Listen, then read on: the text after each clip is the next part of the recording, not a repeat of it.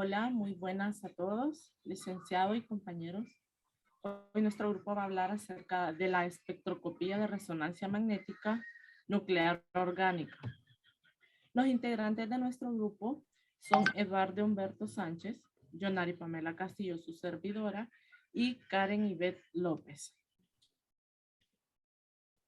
A continuación les voy a hablar acerca de la historia de la resonancia magnética nuclear. Se ha dicho que una serie de investigaciones que buscaban avanzar en el estudio de la estructura y propiedades del átomo y las partículas atómicas para desvelar la naturaleza de la materia. Científicos como Thomson, Max Planck, Rutherford, Bohr y Schrödinger, Heisenberg o Dirac. Esta fue una lista larga basándose unos en los trabajos de los otros. Revolucionaron la física y la química. También elaboraron una teoría y un lenguaje nuevo conocido como mecánica cuántica. Asimismo, revelando las propiedades magnéticas del núcleo. En el año de 1929, el físico Isidor Isaac Rabi comenzó a impartir clases de mecánica cuántica en la Universidad de Columbia y desarrolló junto a su equipo la resonancia magnética de haces moleculares como técnica para estudiar las propiedades magnéticas y la estructura interna de las moléculas. Los átomos y los núcleos, lo que les permitió descubrir detalles desconocidos sobre sus interacciones internas. Ver cómo los átomos individuales están unidos entre sí y cómo sus núcleos se ven afectados por los átomos vecinos. Por este trabajo, a él se le fue otorgado el Premio Nobel de Física. Esto fue en el año de 1944. También hablaremos acerca de las ondas de radio y campos magnéticos. Se dice que las observaciones de Purcell y de Bloch se debían al mismo fenómeno al que este último denominó resonancia magnética nuclear. RMN por sus siglas en español o NMR por sus siglas en inglés. La relevancia de sus trabajos y la demostración de que fueron realizados de forma independiente los hizo merecer y compartir el Premio Nobel de Física. Esto fue en el año de 1952 por su desarrollo de nuevas formas y métodos para las mediciones de precisión nuclear. Aquí, como pueden ver, ellos fueron pues Edward Purcell y Felix Bloch, quienes se ganaron ese premio de Nobel de Física. Confluencia entre teoría y tecnología. A mediados de la década de los 60, Richard Earl y Weston Anderson, quienes trabajaban para la compañía de Varian, ubicada en el Palo Alto de California, esto en Estados Unidos de América, reemplazaron el barrido lento de frecuencias por pulsos cortos de alta intensidad. De modo que en lugar de obtener el registro paulatino de cada una de las señales de resonancia de la molécula, obtuvieron el decaimiento simultáneo de todas las resonancias de cada uno de los núcleos del protón. Entonces, de la ley de la molécula, que en sus siglas es FID, que significa decaimiento libre de la inducción. La era de las macromoléculas, aquí ya hablando en tamaños más grandes.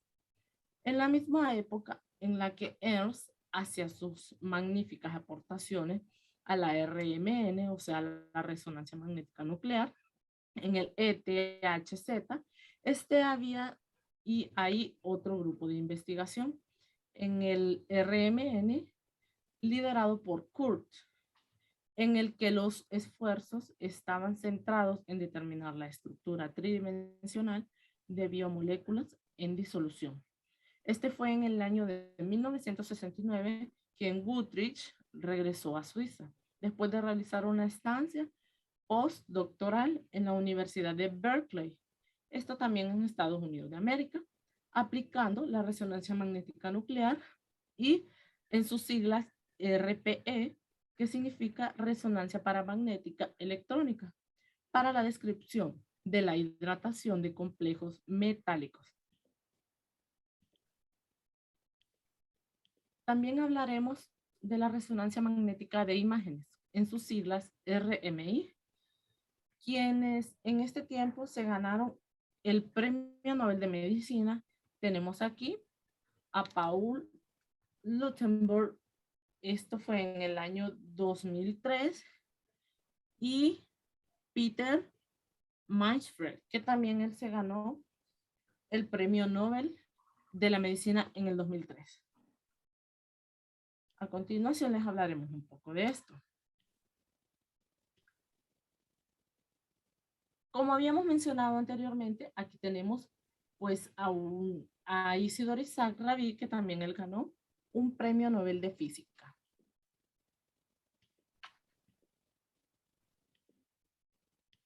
Bueno, hablando de los fundamentos de la resonancia magnética nuclear, aquí podemos ver lo que es una imagen de lo que vendría siendo la resonancia magnética nuclear. Muy bien, les voy a hablar un poco acerca de lo que es los fundamentos. Se habla, pues, continuando con ello, se habla pues que la obtención de esta misma, como veíamos en la imagen anterior y la que estamos viendo ahora, esta es la obtención de imágenes. Como se mencionaba también anteriormente, tenemos lo que es la resonancia magnética de imágenes. Aquí, pues con la resonancia magnética nuclear, se basa en las propiedades magnéticas de los núcleos atómicos, especialmente de los hidrógenos. Como veíamos en la imagen anterior, si podemos regresar para explicarles, aquí señala dónde podemos ver las pequeñas moléculas de hidrógeno, viéndolo ya dentro de la imagen más específicamente. Ahí lo vemos en cada una de ellas. Continuando.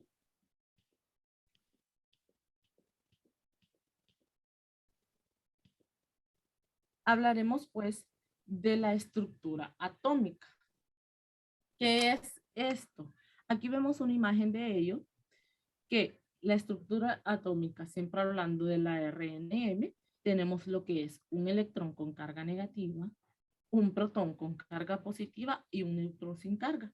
¿A qué se basa esto? Que tenemos un electrón que la carga negativa está alejado tanto del protón y del neutrón, debido a que un protón si tiene una carga positiva, entonces se junta con el neutrón que no tiene carga y hacen lo que sería debida estructura.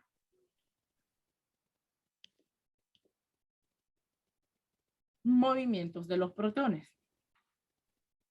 ¿Qué tenemos? Tenemos lo que son dos.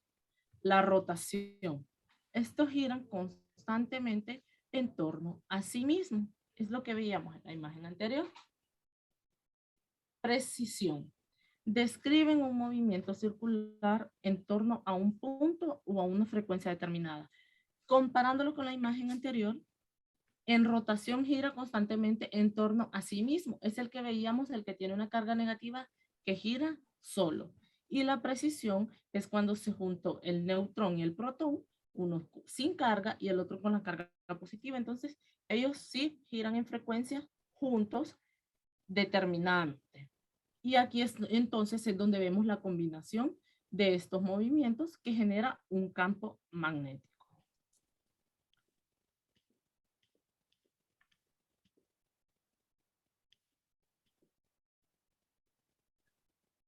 Aquí tenemos lo que es pues, una representación clásica de los momentos magnéticos. Dice que pues los núcleos, si B es igual que 0, que podemos ver aquí a nuestro lado izquierdo, los momentos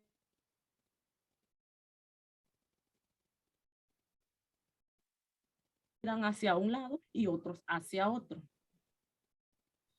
Mientras que en presencia de un campo externo, los momentos se orientan en la dirección dirección de este, ya sea paralelamente o antiparalelamente, o sea, como lo vemos al lado derecho.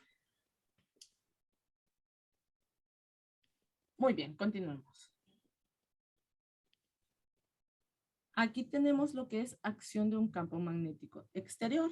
Entonces podemos ver, como mencionábamos anteriormente, unos giran de forma aleatoria y otros giran paralelamente. Estos van hacia la misma dirección, donde podemos mostrar aquí de la resonancia magnética nuclear. Continuamos. Solo es un ejemplo de lo anterior. Aquí hablamos que los protones son sometidos a un campo magnético intenso externo, que son sus momentos magnéticos que se orientan en la dirección del campo aplicado. Es lo que les explicaba anteriormente, ya sea paralelamente o antiparalelamente.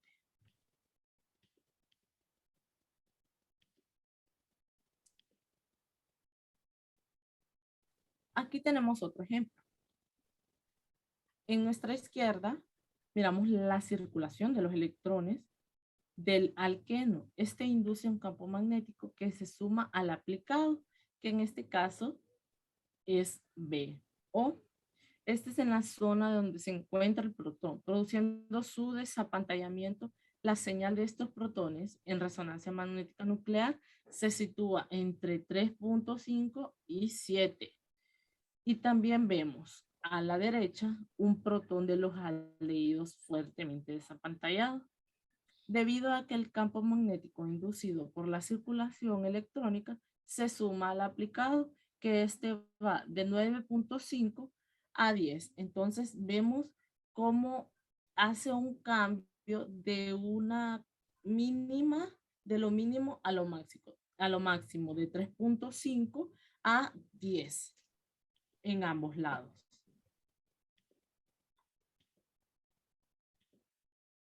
El fenómeno de la resonancia magnética. Sobre la zona que se desea estudiar, se emiten ondas de radio a la frecuencia de precisión de los protones, dada por la ecuación, la que nos da aquí una alarma, que B es igual a Y por B. Y, que es la constante giromagnética, B es el campo aplicado. Entonces, continuemos. Aquí podemos ver un ejemplo que para el hidrógeno tenemos lo que es Y igual a 42.58 MHz por T. Entonces aquí lo único que hacemos es sustituir el producto con el valor que nos dan. El fenómeno de la resonancia magnética, esto es lo que veíamos casi anteriormente, cuando sus momentos magnéticos circulan hacia paralelamente o antiparalelamente. Continuando. Fundamento químico de la resonancia magnética nuclear.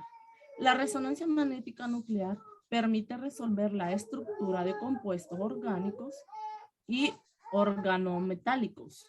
Posibilita la determinación de la estereoquímica del esqueleto carbonado y proporciona una información valiosa de otros núcleos magnéticamente activos.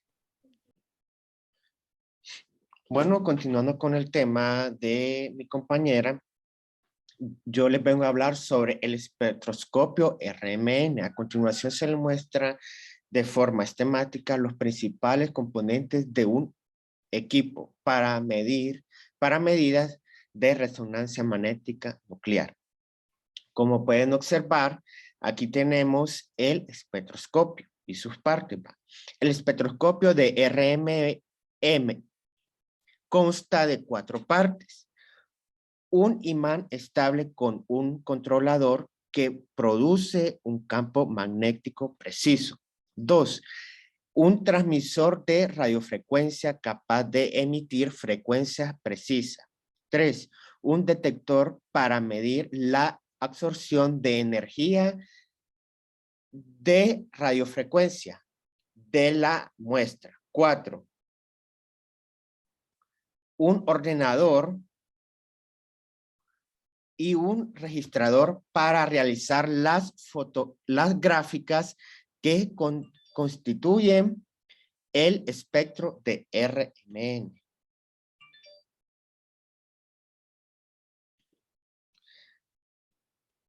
Tubo de muestra.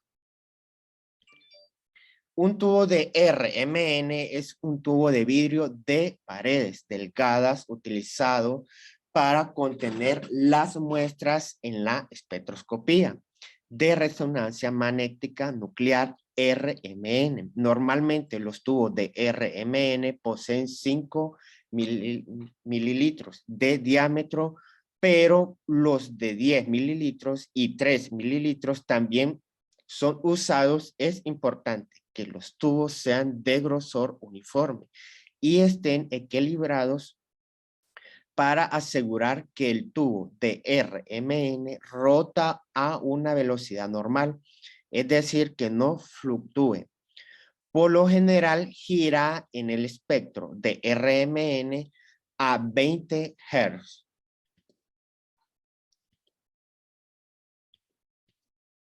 Generador de radiofrecuencia.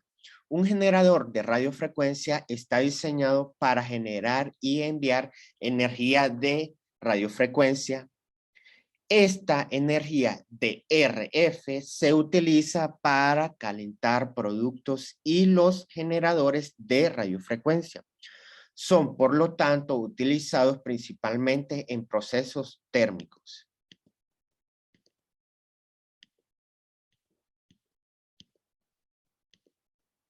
Detector y amplificador. La función de un detector de nivel, también llamado detector umbral, es monitorear una variable física que pueda ser expresada en términos de un voltaje y enviar una señal cada vez que la variable sobrepase o caiga por debajo de un valor preestablecido llamado el valor de referencia. ¿Cómo es un espectro? El espectro de un H del ibuprofeno. Como pueden observar, aquí tenemos un espectro de la ibuprofeno.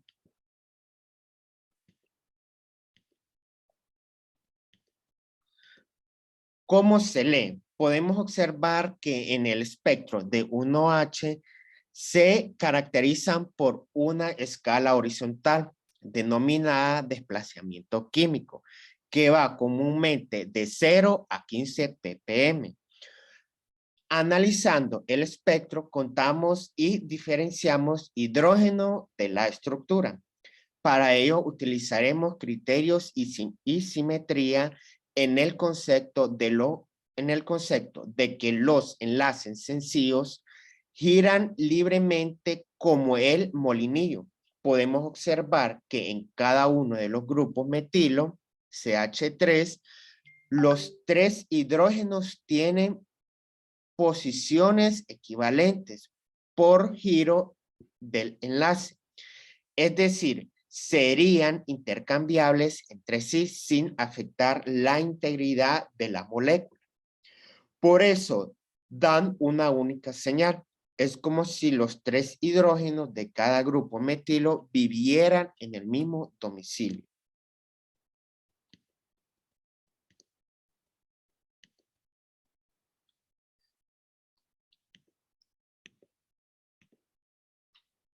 Por la pregunta que nos hicimos fue, ¿son todos los metilos equivalentes? Hay dos que sí, los son entre sí los grupos CH3, 2C y isopropilo. Si lo permutaras de sitio, la molécula no cambia y por ello los 6 hidrógenos dan una señal, pero esos grupos metilo equivalentes entre sí son diferentes del otro que está arriba cercano al carboxilo.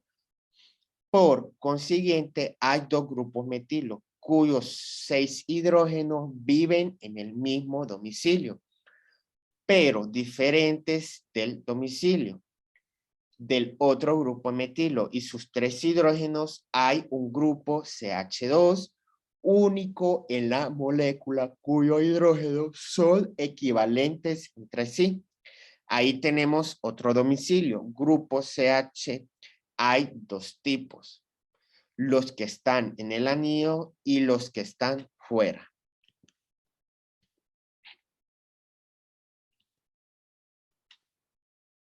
Estos últimos no son equivalentes a cada grupo CH. Fuera del anillo tienen su propio domicilio, donde los del anillo podemos ver que aunque son equivalentes por parejas, se parecen mucho, viven en dos domicilios de 2 hidrógenos cada uno, que son vecinos muy próximos. Ya solo queda el hidrógeno del grupo OH, que es completamente diferente a los demás. ¿Cuántos domicilios hemos averiguado? El número 1, el de los metilos equivalentes con 6 hidrógenos. El número 2, el del metilo diferente con 3 hidrógenos. Número 3, el del grupo CH2. Número 4, los de los grupos CH de fuera del anillo, cada uno con un hidrógeno. Número 5, los de las parejas del grupo CH del anillo, cada uno con 2 hidrógenos. Número 6, el del grupo OH. En total, 8 domicilios diferentes con diferentes números de habitantes cada uno.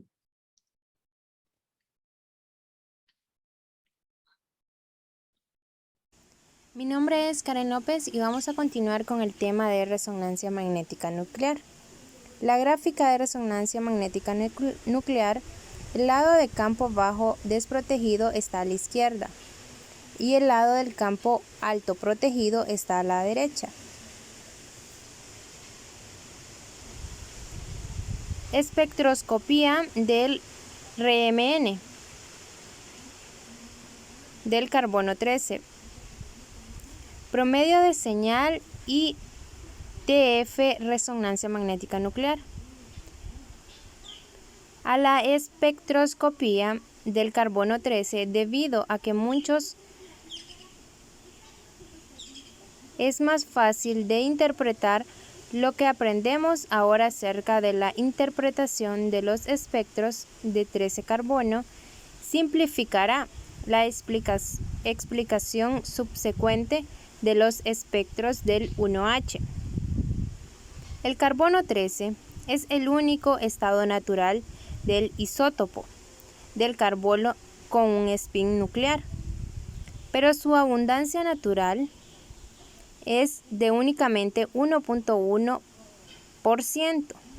Por tanto, solo alrededor de cada 100 carbonos en una muestra orgánica es observable por RMN. Sin embargo, el problema de la poca abundancia ha sido resuelto por el uso del promedio de la señal y por la RMN transformada de Fourier. El promedio de la señal aumenta la sensibilidad del instrumento y la TF-RMN aumenta la velocidad del instrumento. En la figura 1 es una sola corrida, muestra la gran cantidad de ruido de fondo del espectro. En la figura 2 es un promedio de 200 corridas. Características de la espectroscopía del RMN de 13 carbono. La mayor parte de la resonancia de 13 carbono está entre 0 y 220 ppm hacia el campo bajo a partir de la línea de resonancia de TMS, con el desplazamiento químico exacto. Cada resonancia de 13 carbono dependiente del ambiente electrónico del carbono en la molécula. La figura muestra la correlación del desplazamiento químico con el ambiente.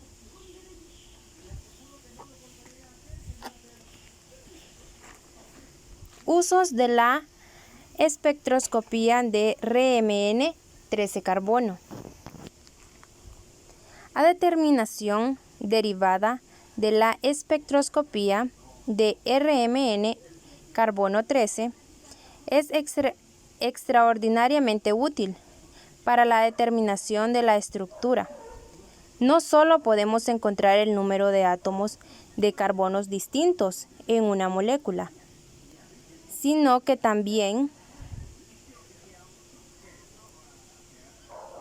podemos obtener información acerca del ambiente electrónico de cada carbono e incluso podemos encontrar cuántos protones están unidos a cada uno.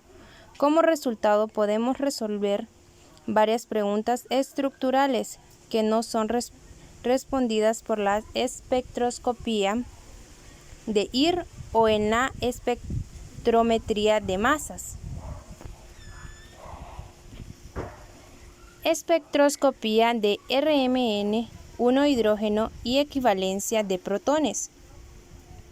Debido a que cada hidrógeno electrónicamente distinto en una molécula tiene su propia absorción única, un uso de RMN, 1 hidrógeno, es encontrar cuántos tipos de hidrógenos eléctricamente no equivalentes o diferentes están presentes.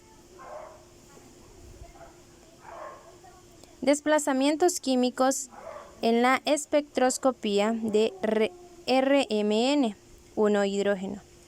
Los núcleos que están fuertes, protegidos por los electrones, requieren de la aplicación de un campo mayor para ponerlos en resonancia y por lo tanto observen en el lado derecho de la gráfica de resonancia magnética nuclear. Los núcleos que están menos fuertes, protegidos, necesitan un menor campo aplicado para la resonancia y por lo tanto absorben en el lado izquierdo de la gráfica de resonancia magnética nuclear. La mayor parte de los desplazamientos químicos de 1 hidrógeno quedan en el intervalo de 0 a 10, el cual puede dividirse en las 5 regiones. Aquí podemos ver un desplazamiento químico de aromático, vinílico, olágeno, alílico y saturado.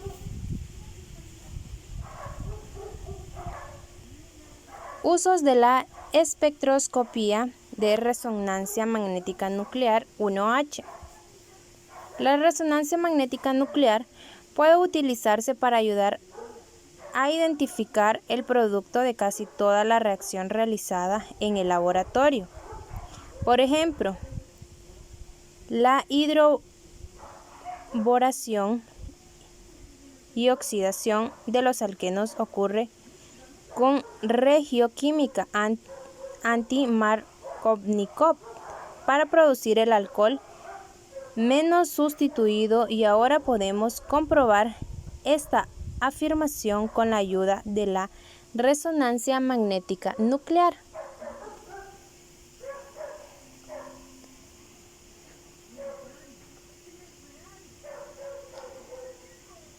En la imagen A, el espectro de RMN, 1 hidrógeno del ciclohexametanol, el producto del hidrocarburación, oxidación del metilencihexano.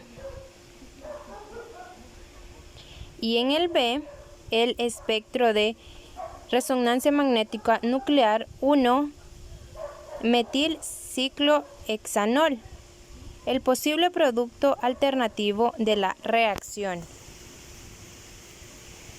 Aquí tenemos un ejemplo del ciclopropano, donde podemos observar que está constituido por 3 carbonos, 6 hidrógenos y 2 cloros.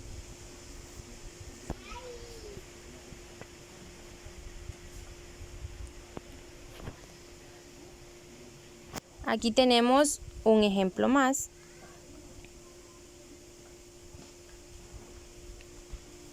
Que es el formiato de etilo.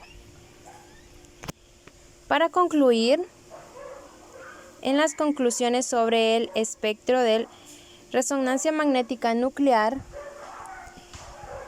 el RMN permite determinar la estructura carbonada de la cadena mediante una serie de datos, como ser la multiplicidad, que es la señal de números de picos relacionados con la cantidad de hidrógenos, posición de la señal o delta, que es el desplazamiento químico en la escala, la integral, que mide el área bajo la curva. Y eso ha sido nuestra pequeña exposición. Gracias.